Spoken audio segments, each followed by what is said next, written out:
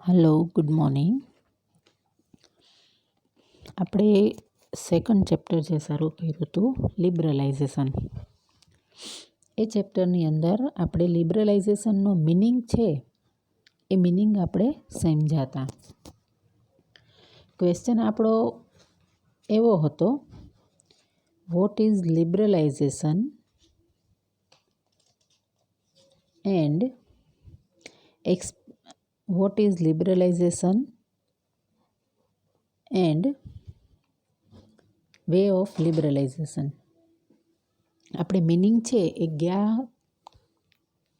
વિડીયોની અંદર question number 1ની અંદર આપણે જોયું હતું. એને ક્વેશ્ચન હજી કન્ટિન્યુ છે. ક્વેશ્ચન નંબર 1 છે એ હજી કન્ટિન્યુ છે, જેમાં આપણે સૌથી પહેલાં વે ઓફ લિબરલાઇઝેશન છે એને સમજીએ. તો વે ઓફ લિબરલાઇઝેશન એટલે શું? તો કે economic restriction in Indian economy. Government છે એ અમુક જગ્યાએ પોતાના જે કાંઈ રિસ્ટ્રિક્શન્સ છે એ રિસ્ટ્રિક્શનને ઓછા કરે, એને લિબરલાઇઝેશન કહેવાય. કે ભાઈ આપણે એમ કહીએ કે લિબરલ રહેવું એટલે કે બાંધછોડ કરવી. તો લિબરલાઇઝેશનનો મિનિંગ એવો થાય કે ગવર્મેન્ટ છે એ ગવર્મેન્ટ પ્રાઇવેટ કંપનીઓને અને બહારથી આવતી કંપનીઓને ઇન્ડિયાની અંદર એગ્રીકલ્ચર સેક્ટર કે ઇન્ડસ્ટ્રીયલ સેક્ટરની અંદર જે બિઝનેસ કરવા પર્પઝથી આવે છે એમના માટેના જે રૂલ્સ એન્ડ રેગ્યુલેશન્સ હોય એમાં ઓછા સ્ટ્રિક્ટ રહી, ગવર્મેન્ટના કંટ્રોલમાં હોય, પણ એમના જે રૂલ્સ એન્ડ રેગ્યુલેશન્સ ઓછા રાખી અને એમને બિઝનેસ કરવાની છૂટ આપવામાં આવે, એને લિબરલાઇઝેશન કહેવાય. વે ઓફ લિબરલાઇઝેશનની અંદર એ જ બતાવવામાં આવ્યું છે કે ગવર્મેન્ટ છે એ ગવર્મેન્ટ કઈ કઈ જગ્યાએ લિબરલ રહી છે એ આપણે અહીંયા બતાવવાનું છે. તો સૌથી પહેલું આપ્યું છે રિલીફ ટુ ફોરેન ઇન્વેસ્ટર્સ. જે લોકો બહારના છે અને ઇન્ડિયાની અંદર ઇન્વેસ્ટમેન્ટ કરવા માગે છે એવા લોકોને ભારતની અંદર ઇન્વેસ્ટમેન્ટ કરવા માટે છૂટછાટ આપવામાં આવે. એ લોકો પ્રાઇવેટ સેક્ટર હોય કે પબ્લિક સેક્ટર હોય, એટલે કે ગવર્મેન્ટનું કોઈ સેક્ટર હોય કે કોઈ પ્રાઇવેટ કંપની સાથે ટાઈઅપ કરી અને ઇન્વેસ્ટમેન્ટ કરી અને as a partner, as a investor જોડાઈ શકે છે. તો સૌથી પહેલાં ગવર્મેન્ટે બહારની આવી બધી કંપનીઓને ભારતની અંદર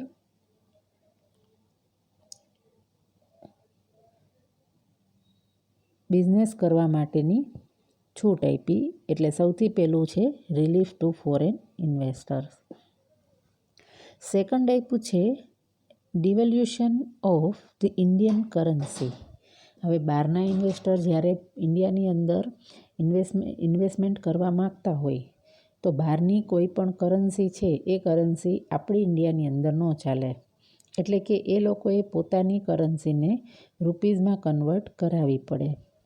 તો એવા લોકો કે જે ઇન્વેસ્ટમેન્ટ કરવા માગે છે એ લોકોને ઇન્ડિયન કરન્સીની અંદર પોતાની કરન્સીને એક્સચેન્જ કરવા માટે અથવા તો કાં તો એક્સચેન્જ કરાવવાનું અથવા તો એ પોતાની કરન્સી છે એ ગવર્મેન્ટ પાસે જમા કરાવી અને એના બદલામાં રૂપીઝ લઈ અને ઇન્વેસ્ટમેન્ટ છે એ ઇન્વેસ્ટમેન્ટ કરી શકે. એટલે આ ગવર્મેન્ટે બીજી છૂટ આપી. એક તો ઇન્વેસ્ટરને એન્ટર થવાની છૂટ અને બીજું કરન્સીને કન્વર્ટ કરાવવાની છૂટ. ત્રીજું આપેલું છે ન્યૂ ઇન્ડસ્ટ્રીયલ પોલિસી. જે લોકો બહારના ઇન્વેસ્ટર છે એના માટે ગવર્મેન્ટે ઇન્ડિયન ઇકોનોમિક પોલિસીની ઉપરાંત લિબરલાઇઝેશન અંડર નવી ઇન્ડસ્ટ્રીયલ પોલિસી છે એ નક્કી કરી કે જેમાં આવા લોકોને ઇન્વેસ્ટમેન્ટ માટે ઘણી બધી છૂટછાટ આપવામાં આવી. સાથે સાથે એમના ઉપર નાખવામાં આવતા ટેક્સ, લાઇસન્સ અને એ બધી પ્રોસેસમાં ગવર્મેન્ટે એમને બને એટલી સબસિડી આપવાનું અને બને એટલી સહાય કરવાનું નક્કી કર્યું, જેને ન્યૂ ઇન્ડસ્ટ્રીયલ પોલિસીમાં ઇન્ક્લુડ કરવામાં આવી. ત્યાર પછી ત્રીજું છે ન્યૂ ટ્રેડ પોલિસી. ટ્રેડ એટલે વ્યાપાર, એટલે વ્યાપાર માટેની સરકારે નવી નીતિ ઘડી. 1991માં નવી ઔદ્યોગિક નીતિ છે એ અમલમાં આવી હતી અને ત્યાર પછી ભારતની અંદર બહારના ઇન્વેસ્ટરને ફોર બિઝનેસ પર્પઝ ઇન્વેસ્ટમેન્ટ કરવા માટેની છૂટછાટ આપવામાં આવી. તો આ નવી ઔદ્યોગિક નીતિ એટલે કે ઇન્ડસ્ટ્રીયલ પોલિસી, જેમાં ટ્રેડ પોલિસી અને ઇન્ડસ્ટ્રીયલ પોલિસી એ બેયથી સરકારે આવા જે ઇન્વેસ્ટર્સ છે એ ઇન્વેસ્ટરને ભારતની અંદર ઘણી બધી છૂટછાટો બિઝનેસ કરવા માટેની આપી, જેથી ભારતની અંદર ઇન્વેસ્ટમેન્ટનું પ્રમાણ વધ્યું, રેવન્યુ વધ્યું, બિઝનેસ વધ્યા, એમ્પ્લોયમેન્ટ લેવલ વધ્યું, લોકોની લાઈફસ્ટાઈલ ઉપર એની ઇફેક્ટ થઈ, એટલે કે લાઈફસ્ટાઈલ છે એ ઉપર ગઈ. સાથે સાથે લોકોની પાસે સેવિંગ્સ છે એ સેવિંગ્સ વધવા માંડી, એટલે કે લોકો વધુ કમાતા થયા એટલે વધુ બચત પણ થતી ગઈ. ત્યાર પછી છે ચેન્જ ઇન ઇમ્પોર્ટ રિસ્ટ્રિક્શન્સ. હવે ઇમ્પોર્ટ કરવું એટલે વસ્તુ આપણે જે મગાવતા હોય એ મગાવવા માટેના જે કોઈ નિયમો હતા. દાખલા તરીકે આપણે વસ્તુ ઇન્ડિયાની અંદર બનાવીએ છીએ, પણ એના માટેની જે કોઈ વસ્તુની રિક્વાયરમેન્ટ હોય, રો મટીરિયલ છે કે મશીનરીઝ છે કે લેબર છે કે કાંઈ પણ, તો એવા એ જે રિક્વાયરમેન્ટ છે કે જે આપણે બહારથી મગાવવી પડે છે, એના ઉપર સરકારે પોતાના રિસ્ટ્રિક્શન્સ ઓછા કર્યા.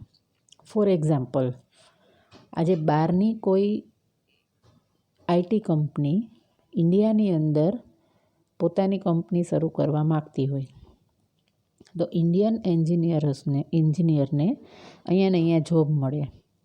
સાથે સાથે એ લોકો પોતાના ત્યાંના એમ્પ્લોયને પણ ઇન્ડિયાની અંદર ટ્રાન્સફર કરે. તો આપણી ગવર્મેન્ટે એ લોકોને અહીંયા આવવાની છૂટ આપી ફોર અ જોબ પર્પઝ, કેમ કે કંપની ઇન્ડિયાની અંદર એ લોકોએ શરૂ કરી, જેના લીધે અહીંના લોકોને એમ્પ્લોયમેન્ટ મળ્યું. તો એ બતાવે છે કે જે વસ્તુ આપણે ત્યાંથી અહીંયા મગાવી છીએ, તો સામે એના ઉપર ગવર્મેન્ટે પોતાના રિસ્ટ્રિક્શન્સ છે એ રિસ્ટ્રિક્શન્સ ઓછા કર્યા. ત્યાર પછી છે બજેટરી પોલિસી. ગવર્મેન્ટે પોતાના બજેટની અંદર પણ, એટલે કે દર વર્ષે જે બજેટ બહાર પડે છે એ બજેટની પોલિસીની અંદર પણ લિબરલાઇઝેશનને ઇન્ક્લુડ કર્યું. એટલે કે બહારના ઇન્વેસ્ટર્સને ટેક્સમાંથી બાકાત આપવું, કેટલા ટકા બાકાત આપવું, એ લોકોને કેટલા પ્રમાણમાં કયા સેક્ટર્સની અંદર ઇન્વેસ્ટમેન્ટ કરવાની છૂટ આપવી, કેમ કે એક લેવલથી વધારે ઇન્વેસ્ટમેન્ટ બહારના લોકોનું વધી જાય તો ઓનરશિપ છે એ ઓનરશિપ એ લોકોની થઈ જાય. એટલે ગવર્મેન્ટે સૌથી પહેલાં તો એ લોકોના જે ઇન્વેસ્ટમેન્ટ છે એ ઇન્વેસ્ટમેન્ટના ક્રાઇટેરિયા નક્કી કર્યા કે જેથી કરી અને અહીંના લોકોની ઓનરશિપ છે કે ગવર્મેન્ટની ઓનરશિપ છે એ લોકોના હાથમાં ન જતી રહે. એટલે બજેટની અંદર ગવર્મેન્ટે આ પોલિસીને લિબરલાઇઝેશનને ઇન્ક્લુડ કર્યું. ત્યાર પછી છે liberalise exchange rate management. Exchange rate એટલે કે એક કરન્સીને બીજી કરન્સીમાં કન્વર્ટ કરવા ટાઈમે જે કાંઈ રેટ ચૂકવવામાં આવતો હોય, એટલે કે ડોલરને રૂપિયામાં કે રૂપિયાને ડોલરમાં કન્વર્ટ કરાવતી વખતે જે કાંઈ એમાંથી કપાત થાય એ એક્સચેન્જ રેટ કહેવાય. તો આ એક્સચેન્જ રેટ છે એમાં લિબરલાઇઝેશન થ્રુ એટલે કે જે લોકો ઇન્વેસ્ટમેન્ટ માટે પોતાની કરન્સીને એક્સચેન્જ કરાવવા માગે છે, તો એવા જે એક્સચેન્જ રેટ છે એને ગવર્મેન્ટે કમ્પેરેટિવલી જે તમે ફરવા જતા હોય અને એક્સચેન્જ કરાવો, અને જે લોકો બહારથી અહીંયા બિઝનેસ માટે રોકાણ કરતા હોય અને એક્સચેન્જ કરાવે, એ બેયના રેટમાં ડિફરન્સ લાવ્યો કે જેમાં ઇન્વેસ્ટરને એક્સચેન્જ રેટનો જે કપાત છે એ કપાત ઓછી કરી, જેથી વધુમાં વધુ ઇન્વેસ્ટમેન્ટ છે એ લોકો ઇન્ડિયાની અંદર કરી શકે. ત્યાર પછી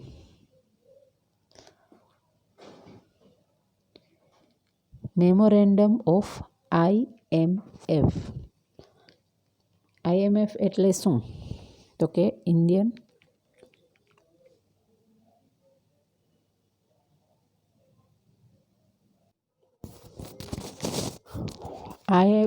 IMF means international monetary fund, જેમાં સરકારે મોનિટરી એટલે શું કે જેમાંથી સરકાર રેવન્યુ જનરેટ કરતું હોય એવી પોલિસીને મોનિટરી પોલિસી કહેવાય. એટલે કે સરકારની પાસેથી રેવન્યુ ક્યાંથી આવે તો કે ટેક્સમાંથી. તો આ IMF છે એટલે કે ઇન્ટરનેશનલ મોનિટરી ફંડ છે, એ ફંડની સરકારે શરૂઆત કરી કે જેમાં જે લોકો બહારથી લોકો ઇન્વેસ્ટ કરતા હોય એ લોકો આ ફંડની અંદર જોડાઈ શકે. ત્યાર પછી લિબરલાઇઝેશન ઓફ NRI રિમિટન્સ, એટલે કે જે લોકો NRI છે એ લોકોને ભારતની અંદર આવવાની, ભારતની અંદર ઇન્વેસ્ટમેન્ટ કરવાની છૂટ આપવામાં આવી. ત્યાર પછી છે ફેરા એન્ડ MRTP રિલેક્શન. MRTP એક્ટ તમને બધાને ખબર જ છે કે જે લોકો બિઝનેસ કરવા માગતા હોય એને MRTP એક્ટ એમાં જોડાવવું પડે છે, અને એના માટે સરકારે પોતાનો જે કંટ્રોલ છે એ કંટ્રોલ એમાં ઓછો કર્યો. ત્યાર પછી છે પ્રાઇવેટાઇઝેશન ઓફ પબ્લિક સેક્ટર. જે કોઈ સરકારની અંડર આવતા હતા એવા સેક્ટરને પબ્લિક સેક્ટર કહેવાય. એવા સેક્ટરનું સરકારે પબ્લિકમાંથી પ્રાઇવેટાઇઝેશન કર્યું, એટલે કે સરકારનું રોકાણ છે એ ઓછું કરી અને લોકોના રોકાણને વધાર્યું. એ લોકોના રોકાણમાં અહીંના ઇન્ડિયન લોકો પણ હોય અને NRI લોકો પણ હોઈ શકે છે. એટલે કે સરકારી જે કોઈ પ્લાન હોય, સરકારી જે કંઈ ઇન્વેસ્ટમેન્ટ હોય એમાં સરકારના ઇન્વેસ્ટમેન્ટના બદલે કોઈ ખાનગી પેઢી, કંપની કે બહારના ઇન્વેસ્ટર એ લોકોને છૂટ આપવામાં આવી. ત્યાર પછી છે સિમ્પ્લિફિકેશન ઓફ ઇન્ડસ્ટ્રીયલ લાઇસનિંગ, એટલે કે ઇન્ડસ્ટ્રીયલ લાઇસન્સ છે એ કમ્પલસરી છે કે જે લોકોને ઇન્ડસ્ટ્રી શરૂ કરવી હોય તો એ લોકોને ઇન્ડસ્ટ્રીયલ લાઇસન્સ છે એ લેવું પડે છે. તો જે લોકો બહારના ઇન્વેસ્ટમેન્ટ કરે છે એ લોકોને આ લાઇસન્સ છે એ લાઇસન્સ ઇઝીલી મળી રહે એવી ગોઠવણ સરકારે કરી. તો આ હતા આપણા વે ઓફ લિબરલાઇઝેશન, એટલે કે લિબરલાઇઝેશન સરકારે કઈ કઈ જગ્યાએ અમલમાં મૂક્યું એ આપણે અહીંયા બતાવ્યું. હવે આપણે એમાં નેક્સ્ટ જોઈએ.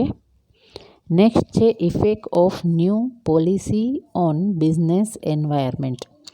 આ પહેલાં જ પ્રશ્નને હજી કન્ટિન્યુ છે, જેમાં નવી પોલિસી છે બિઝનેસ એન્વાયરમેન્ટની, એની ઇફેક્ટ શું આવી એ આપણે બતાવવાનું છે. તો સૌથી પહેલું આપ્યું છે under this policy the scope of public sector decrease in its government sectors. એટલે કે આ નવી ઇકોનોમિક પોલિસી છે, બિઝનેસ પોલિસી છે, એની સૌથી પહેલી ઇફેક્ટ શું આવી કે પબ્લિક સેક્ટર છે એ ઓછા થતા ગયા, કે જે ગવર્મેન્ટ સેક્ટર હતા. એટલે કે ગવર્મેન્ટ કરતાં લોકોનો જે છે એ બિઝનેસની અંદર હિસ્સો છે વધવા માંડ્યો. સૌથી પહેલાં છે એ 1991ની જે નવી ઇન્ડસ્ટ્રીયલ પોલિસી છે એ 1991ની પહેલાં વધારે પડતા સેક્ટર છે એ ગવર્મેન્ટના હતા. જ્યારે 1991ની પછીની જે પોલિસી છે એમાં પ્રાઇવેટાઇઝેશન છે એ પ્રાઇવેટાઇઝેશનને અને લિબરલાઇઝેશનને છૂટ આપવામાં આવી, જેથી કરીને ગવર્મેન્ટ કરતાં પબ્લિક સેક્ટર કરતાં પ્રાઇવેટ સેક્ટર છે એ વધતા ગયા. અને એના લીધે લોકોની આવક વધી, લોકોનું રોકાણ વધ્યું, કેમ કે લોકો પ્રાઇવેટ સેક્ટર એટલે કે પોતાનો માલિકીના લીધે લોકોને ઇન્વેસ્ટમેન્ટ કરવામાં ઇન્ટરેસ્ટ લાગ્યો, અને જેનાથી લોકો ઇન્વેસ્ટમેન્ટમાંથી જે કાંઈ આવક કમાતા એને ફરી પાછી રીઇન્વેસ્ટ કરતા થયા. એટલે આ નવી ઇન્ડસ્ટ્રીયલ પોલિસીના લીધે ગવર્મેન્ટની જે કાંઈ પોલિસી છે એ પોલિસીની સામે પ્રાઇવેટાઇઝેશન છે એ વધ્યું. સેકન્ડ આપ્યું છે, as it is said above the function of public sector is reduced by this new policy. એટલે કે આ પોલિસી પછી પબ્લિક સેક્ટર છે એ ઓછા થવા માંડ્યા. લોકોને લાઇસન્સની જરૂર પડી 5 વર્ષ માટે, પણ એ 5 વર્ષનો જે ગાળો હતો, એટલે કે પોતે જે કંઈ લાઇસન્સ લીધું હોય એ લાઇસન્સ એટલે કે 5 વર્ષની અંદર એને લાઇસન્સ લઈ લેવું જરૂરી હતું, એ ગવર્મેન્ટે એની અંદર પણ છૂટછાટ છે એ આપી. ત્યાર પછી નેક્સ્ટ છે એ છે, with the help of new policy, the government is given a push to liberalization. As say above, only 5 industries require license now. On the other side, small industry are free from license. એટલે કે જે નવી industrial policy છે એની અંદર સરકારે 5 business સિવાયના બાકી બધા એટલે કે સ્મોલ સ્કેલ ઇન્ડસ્ટ્રીઝને આ લાઇસન્સમાંથી મુક્તિ આપી દીધી. હા, તમારું રજિસ્ટ્રેશન હોવું જરૂરી છે. તમે કોઈ નાનો બિઝનેસ કરો છો તો એ બિઝનેસનું રજિસ્ટ્રેશન જરૂરી છે, પણ બિઝનેસ માટેનું લાઇસન્સ છે એ લાઇસન્સ ઉપર સરકારે જે નિયમ રાખ્યો હતો એ નિયમને સરકારે બાદ કરી દીધો. જે આ નવી ઇન્ડસ્ટ્રીયલ પોલિસી છે, બિઝનેસ એન્વાયરમેન્ટ પોલિસી, એના લીધે નાના જે લોકો છે એ લોકોને વગર લાઇસન્સે પોતાની ઇન્ડસ્ટ્રી છે એ ઇન્ડસ્ટ્રી શરૂ કરવાની છૂટ આપવામાં આવી. અને જે બધા લોકો છે એ મોટા પાયે રોકાણ નથી કરી શકવાના, એટલે જે લોકો નાના પાયે રોકાણ કરવા માગે છે એવા લોકો વિધાઉટ લાઇસન્સ છે પોતાનો બિઝનેસ શરૂ કરી શકે છે. ત્યાર પછી, for the development of business the infrastructure facilities are required. Irrigations, energy, road, transport, telecommunication, banking, insurance, education, health etcetera. એટલે કે આવી બધા સેક્ટરના ડેવલપમેન્ટ વધ્યું. કોનું? તો કે એક તો ઇરિગેશન, એટલે કે અહીંથી જે લોકો બહાર જવા માગે છે ને બહારથી જે લોકો અહીંયા આવવા માગે છે એનું. પછી transportation, telecommunication, banking, insurance, education, health, એ બધામાં વધારો થયો. કારણ કે જેટલું પ્રાઇવેટાઇઝેશન વધ્યું, આજે આપણને બધાને ખબર છે કે કોલેજો, સ્કૂલો, હોસ્પિટલો કે ટ્રાન્સપોર્ટ માટેની જે કાંઈ ટ્રાન્સપોર્ટેશન માટે જે કાંઈ વપરાય છે એમાં પ્રાઇવેટ વાહનો, પ્રાઇવેટ સ્કૂલો, કોલેજો, ઓફિસો, બેન્કો, હોસ્પિટલો એ વધારે છે. અને જેમાં એવી ફેસિલિટીઝ આપવામાં આવે છે કે જેથી કરીને લોકોને વધુમાં વધુ એના બેનિફિટ્સ મળી શકે છે. આ બધું થયું પ્રાઇવેટાઇઝેશનના લીધે, કેમ કે પબ્લિક સેક્ટર છે એટલે કે ગવર્મેન્ટ સેક્ટર છે એ આ બધી જગ્યાએ પોતે પહોંચી શકતી નહોતી, અથવા તો જે ફેસિલિટીઝ લોકોને પ્રાઇવેટ સેક્ટર આપે છે એ પ્રાઇવેટ સેક્ટર જેટલી ફેસિલિટીઝ ગવર્મેન્ટ આપી શકતી નથી. એના લીધે આ પ્રાઇવેટાઇઝેશનના લીધે અને આ લિબરલાઇઝેશનના લીધે આ બધી ફેસિલિટીઝ છે એમાં વધારો થયો, જેથી લોકોની લાઈફસ્ટાઈલ સુધરી, લોકોને ફેસિલિટીઝ વધારે મળતી થઈ અને લોકોના બિઝનેસ છે એ વધુ એક્સપાન્ડ થતા ગયા. ત્યાર પછી છે, this policy has concentrate all economic, trade and commerce activity around the consumers. એટલે કે આની અંદર દરેક એક્ટિવિટીઝ છે, દરેક કોમર્સ એક્ટિવિટીઝ છે એને સમાવી લેવામાં આવી હતી. જેમ કે લોકોને એટીએમની ફેસિલિટી, બેંકની ફેસિલિટી, ક્રેડિટ કાર્ડની ફેસિલિટી, બુકિંગ સર્વિસની ફેસિલિટી, મોબાઈલની ફેસિલિટી, ઇન્ટરનેટની ફેસિલિટી, રેલવે, એરવે, એ બધી ફેસિલિટીઝ છે એ પ્રાઇવેટાઇઝેશનના લીધે વધતી ગઈ. કેમ કે આજે જેટલી પબ્લિક બેન્કો છે એના કરતાં પ્રાઇવેટ બેન્કો વધારે છે. પબ્લિક બેન્કો કરતાં પ્રાઇવેટ બેન્કની જે સર્વિસીસ છે એ સર્વિસીસ ફાસ્ટ અને વધારે ફેસિલિટીવાળી છે. એ લોકોએ internet banking, mobile banking, ATM, debit card, credit card, એના લીધે લોકો પોતાના પાસેના જે પૈસા છે એનું ટ્રાન્ઝેક્શન એની ટાઈમ કરી શકે.